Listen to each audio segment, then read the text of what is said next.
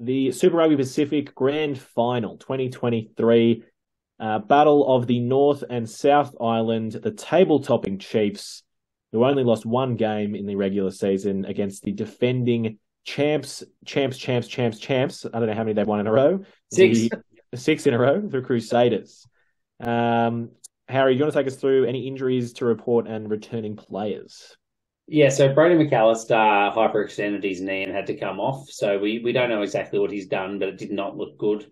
So I wouldn't be surprised if he doesn't take the field it doesn't take his spot on the bench this week. But the big one is Lester Fainga'anuku, who, when I watched it back, he got subbed immediately after seemingly being concussed.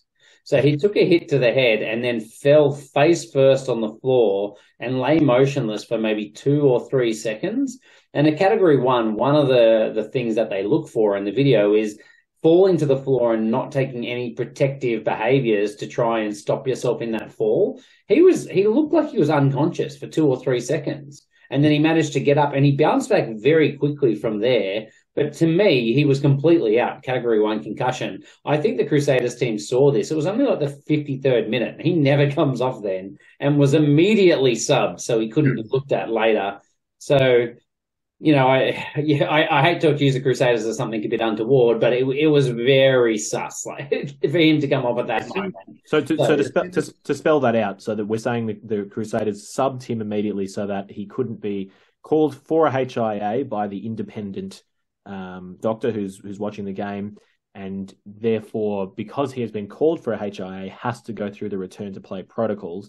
Instead, the Crusaders could handle it internally and perhaps don't have to have it available. Exactly. If they deemed it a category one, it's 12 days stand down. So it means he can't play this week. He would be playing the week after at earliest. So if they say, oh no, he wasn't a category one, he failed his concussion testing after, then he could be symptomatic, symptom free, go through protocols and play this week. So that's the big difference, really. Pretty dodgy stuff. But it's a big accusation, but I think it's a fair accusation. And I said to Harry straight away when he pointed it out, if they're playing the Brumbies, let's make a campaign and put it all over Twitter. But they're not, so we won't. This is the only thing we'll say.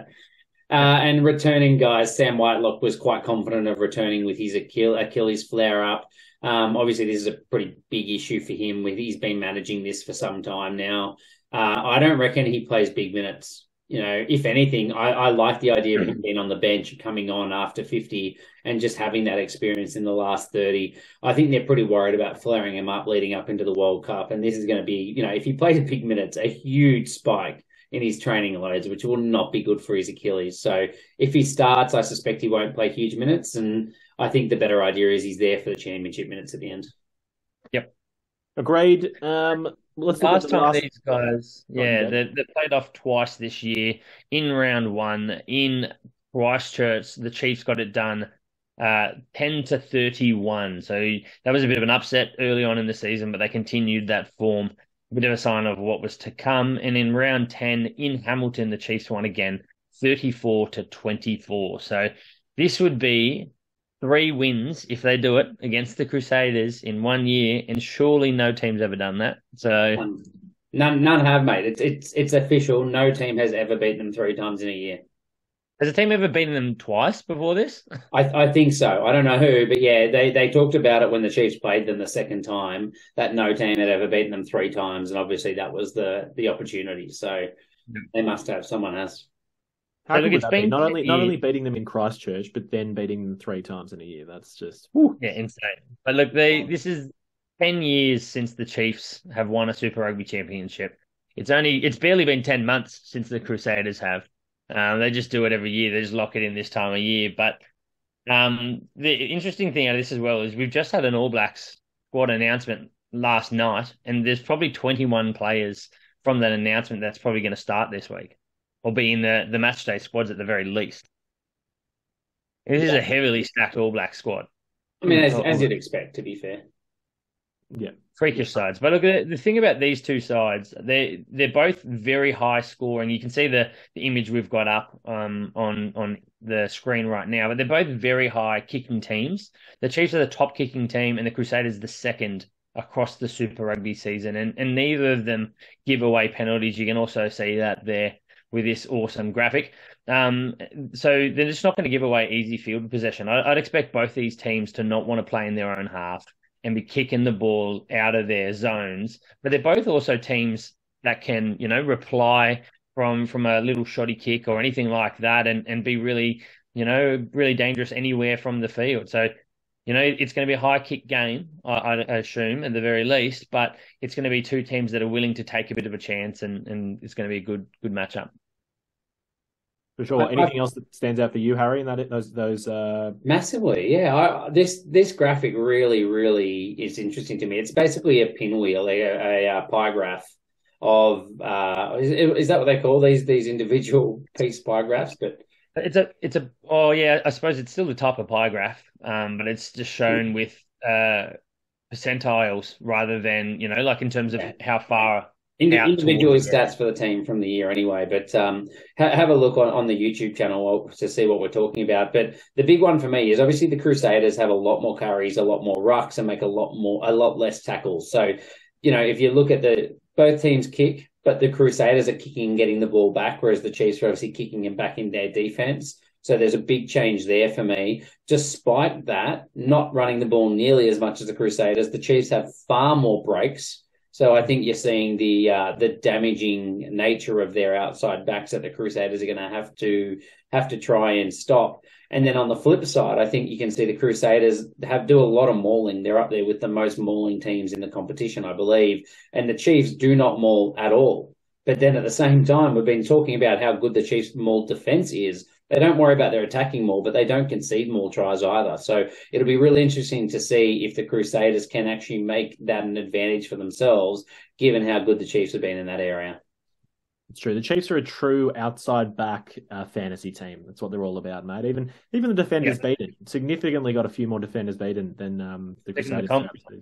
And they don't throw offloads. They just basically break tackles. That's it. Break tackles, make line breaks. That's them. They have too many threats. You know what I mean? When D-Mac's on the field and then you chuck another couple of gun outside backs, you can't handle it. So yeah. Very good. Now let's talk about the Chiefs. I suppose we talked about how good the Crusaders were last week, and just honestly the way I felt last week was that there's no club side playing except for the Chiefs that would even have a chance at beating the Crusaders the way they were playing last week. So what can the Chiefs learn from doing the opposite of what the Blues did, and how can they go out there and have a crack against the Crusaders this week? I think. Yeah, sorry. I thought that was a question. I think one of the things that the Chiefs can, take as a positive they've had a very different run across the finals up until this point in comparison to the Crusaders who have run away with their two games. Finals are notoriously tight matchups. They don't tend to be hugely scoring and massive wins in a final. So the Chiefs, they've found a way to grind out 2 wins against their 2 Aussie opponents, the Reds and the Brumbies, across this last fortnight. That ability to be able to close out those matches, find that big play from guys like D-Mac last week, towards the back end of a match to assert themselves and get that win is something that'll be, very important in a match like this. The Crusaders have been challenged more throughout the year and started to have, real dominance throughout this last month or two, but it's a tale of 2 completely different stories in recent weeks, and the Chiefs may be a little bit more battle-hardened in a tight matchup recently, but the Crusaders should have had a tight matchup last week and still won by 40 points. So it'll be an interesting one. I think it's going to be huge to see if Lester Fainga'anuku is fit, because the Chiefs, as we've said, attacking so much out wide. If their 2 wingers are Dallas McLeod and Chaifiaki, that's a lot of inexperience to be putting out so far. Nelson's calling for settle down. Milani Nanai. So am I, to be honest. They've been holding him back all year. Wouldn't that just be pulling a joker out of the hat? All of a sudden, Milani Nanai is just scoring a hat trick in the grand final. It wouldn't surprise me with Razor.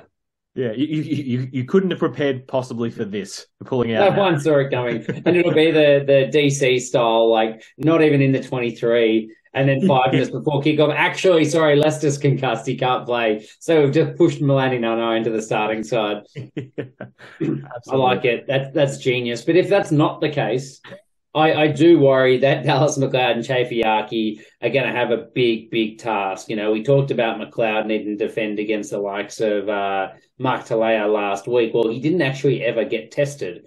So I think the Chiefs forward pack is just another beast again, and I do expect them to get some ball to the outside back. So it's going to be very interesting to see how they limit the opportunities, because that's a mismatch for me.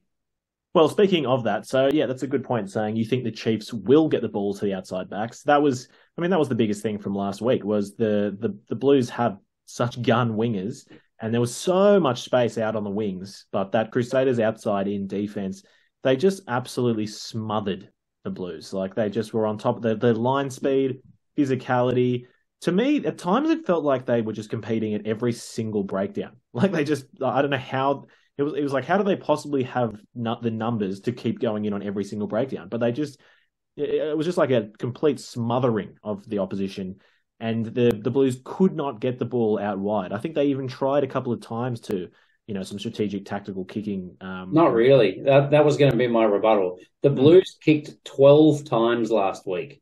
Okay, well, there you go. They basically did not kick the ball, and when you have a defensive line flying up on you, that should have been Beauden Barrett saying, yes, boys, I'm putting the little chip in, I'm putting the little grubber in. I guarantee you D-Mac will be doing that all day long. And the likes of Marawa, Shooter, Eteni Nanai-Saturo, those guys are going to be flying through. I expect that to be the dominant style of attack from the Chiefs for the first 50 minutes, 60 minutes, potentially more, depending on how long the game stays tight. It'll start early, and you'll see a range of kicks from D-Mac and the Chiefs, because they're going to try to keep those wingers back. They're going to put little jinks and little chips across that defensive line in tight to see if they can, pick it back up just in that small space if the defenders then shift back. Like, they're going to do everything they can to slow this attacking line, defensive line from the Crusaders. There's going to be a crossfield kick from D-Mac to Amoni Narawa for a try. You've heard it here first. Is that what you're putting your first try scorer on? I'm thinking about it. Very good. All right. Well, so yeah, look, we know the Chiefs are very proficient outside. We talked about the stats, how, they have the most line breaks, defenders beaten, lots of threats. D-Mac can kick the ball everywhere. This game also, it's the Crusaders. So fundamentally, it does always come down to set piece as well. And we've already talked about the Chiefs' maul defense is incredible, but they have been lacking a little bit at set piece time. So particularly in the last couple of weeks at the scrum time. So I think that's going to be a really important battle, an area that they'll focus on this week. But I'm really looking forward to the battle of the lineouts, because these are two gun lineouts with frankly, they have all of the locks in the All Blacks from the Chiefs and Crusaders. Like you said, Sam Whitelock, that'll be a big question for the Crusaders. But set piece will be huge, and the Chiefs will really have to come up to the level of the Crusaders at scrum time. What did you make of the Crusaders Blues scrum battle last week as well, Craigs, in that regard? Yeah, look, I think we talked about the same thing last week, saying this was going to be a really good test, because the Crusaders had been, as they're marching towards the final, had just been getting better and better. And watching Tamati Williams systematically take apart Masaki Donge, the week before for the Drua, who had been amazing. I think he did a similarly great job against the Blues. He was up against Laulala, who's arguably the All Blacks' strongest scrummaging prop. And the Crusaders' scrum was very good. It was a lot more even. It was a fairly even matchup, like the Blues and Crusaders last week. But I think they'll do an even better job against the Chiefs this week. I don't think the Chiefs' scrum is as strong as the Blues. Yeah, no, I agree with that. I think that's a real point of difference for the Crusaders is that set piece time, that scrum, and then you've got the likes of Mwanga getting the ball out to men outside them that are dangerous, as long as we've got Fainga'anuku on one wing. So, I mean, that set piece for the Crusaders is going to be a massive part. And if both teams are looking to use the boot a lot, to be able to win your own set piece is going to be very, very important, because the last thing you need is, to lose the ball in your own 50 and have no ability to get back out with the other team drilling down on you. I've got a new strategy for the Crusaders. Do you reckon they can just say that that they lost another 2 centres to injury this week and bring in Levi Aumua early, just roll him out for the grand final. So he has played 3 games of the Super Rugby season for the finals. No one said it had to be for your team. You really do listen to our pod for the hot takes. It's Milani Nanai to be called up just pre-game and Levi Aumua somehow to start for Crusaders. Greg, we've had a good hit rate the last couple of weeks too, so I'm expecting this. All year we've caught some outlandish things and it's happened. So all right, well look, we started carrying. We've talked about the Chiefs. We started kind of getting into the Crusaders, but Nels, what do the Crusaders need to do to beat the Chiefs? Keeping in mind that the Chiefs have only lost 1 game this season to the mighty Reds and have destroyed the Crusaders. Well, not destroyed, but have beaten the Crusaders twice pretty well. Yeah, look, I think we touched on before that they're the most carrying team in Super Rugby, but I think something that was really important for them last week is they really won that physicality battle. They competed at pretty much every single breakdown. They, just absolutely created that shell shock, attack of the breakdown last week against the Blues, and it went a long way to them getting that ascendancy early and then being able to maintain it throughout the rest of that match. So for me, it's that smothering defense, just being all over the Chiefs, not letting DMAC get space, not letting the ball get out to the attacking wings. That's going to be something that's going to really give them the chance to stamp the Crusaders game plan on this. They're not going to play it, as we said. They're not going to play it in their own half, and then all they're going to do is throw everything they have at that defense onto the Chiefs. And I think that's a real dangerous spot for the Crusaders for sure. I'm really, really interested to see how Richie Moe goes about kicking in this game, because obviously they must know that if they kick across field or if they kick long to the back three, they're asking for trouble, which means I'm expecting a lot more little short chips, either for Richie Moe to himself or to Will Jordan off his hip as well. To me, that's the only way that you can effectively try and put a short kick in to break down this Chiefs defence without actually exposing yourself to high risk outside in the outside back. I think you got one more option. You got that kind of mid-length bomb where you get someone up in their face. Yeah. And what we've been talking about, that Crusaders defensive line pushing up. That's it. You're bringing those players forward so that they're not really getting a front foot when they're getting hands on the ball and they don't have that space. And then, last week the Crusaders had 10 turnovers. So if you're putting that short kick up, then you're blowing over with a strong defensive line. That's going to be a great opportunity for the Crusaders in this week. Yeah. Yeah, that was one of the things that stood out for me was the 10 turnovers they won. And that was a result of that up-in-your-face D. But the guys are doing such a good job. We talk about all the 8 All Blacks being out. Sione Havili and Christian Leo Willie just took it to another level last week. And they really allowed Tom Christie to just get in it. Tom Christie won a few of those turnovers. And it's just that he was second man in and put in such a good position to be able to win those turnovers. So it was really huge for me, those turnovers, and that's going to be something the Chiefs are going to have to, they're really going to need to get that quick ball to get moving, because the rate at which the Crusaders were, the line speed, even the Chiefs, even DMAC needs a little bit of space to weave his magic, Let's get towards the tip, boys, unless you've got anything else to say. No, that's all good. I was going to say, so this is for me. This game, before any of us give a tip, could go freaking anywhere. I'm so interested to see if the Crusaders are actually just in world-beating, globe-trotting form because it's the finals, despite the fact that they're missing half their A-team, or if it's just that they got onto a roll against the Blues and the Injurua and then those two teams just fell apart. Whatever it is, I don't really see the Chiefs falling apart. So if the Crusaders can just run it in like they did against the Blues the last year, it would really, really surprise me. But it means that they're untouchable and it doesn't matter who they put out there. It confirms that, yeah. I agree. I think it's going to be really interesting, the tactics, the coaching strategies, like you said, how they attack those kicking games. We've kind of outlined what we think they'll do, but they're two teams that have some very clear strengths and have been playing in the finals footy in a very very clear style. So it'd be interesting to see who make changes, in this game of chess or whatever. But I agree. I don't think it's weird. I don't think it's going to be a close game. I just don't know who's going to run away with it. Is how I feel about it. So to be honest, if someone runs away with it, I don't think it's the Chiefs. I think the Chiefs are going to win this in a tight one because they're going to stay in the fight the whole time. D-Mac will do something back end or Shooter will do something back end and they'll get the win. If it's an absolute, balls to the wall shellacking like we've seen the last 2 weeks from the Crusaders, it's them. They're the team that can put that pressure on early and keep that sustained pressure over 80 minutes. Most teams do not keep that sustained pressure, even if they come out firing. It is an iconic thing from the Crusaders that we've seen at parts throughout the last handful of years that they can do that for 80 minutes because most teams do fade away. Yeah, I totally agree. I think we're all hoping the dream scenario is a tit for tat, try against try throughout the whole game. But can I throw one thing in here as well? So we're looking at 5 p.m. on Saturday. At the moment, we've got a 50% chance of rain. That throws the game, mate, or is it going to pour down? What are we talking? Mate, it's a long time out, so it's pretty hard to say. But we're looking at 3 mils. Nothing. Yeah, true. We are only about a week away from this game, but that's fine. Look, can we petition to get it moved to neutral ground to the under the roof in Dunedin just so we can have a break? I think that'd be the best. No, make it fairest because it's North versus South Island. You can't do that. Move it to the West Island in Sydney, and we'll just play it there.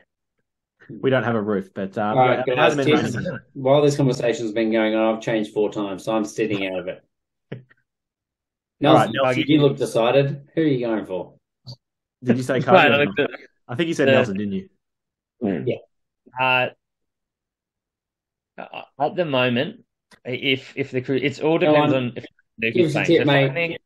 Team margin. Probably not playing because they're cheats, but they're not that big cheats. So if he's not playing, the Chiefs win by 3. If Fainga'anuku is playing, the Crusaders win by 5. Very good. I love how he's just backed both teams. That's his solution. Yeah. Exactly. Pick one, mate. All right. One. I'm picking Crusaders. No, you've already made your bed, mate. Sorry. I'm picking the Crusaders, and I reckon the Crusaders are going to win this game by 12 points. Jesus. This is insane.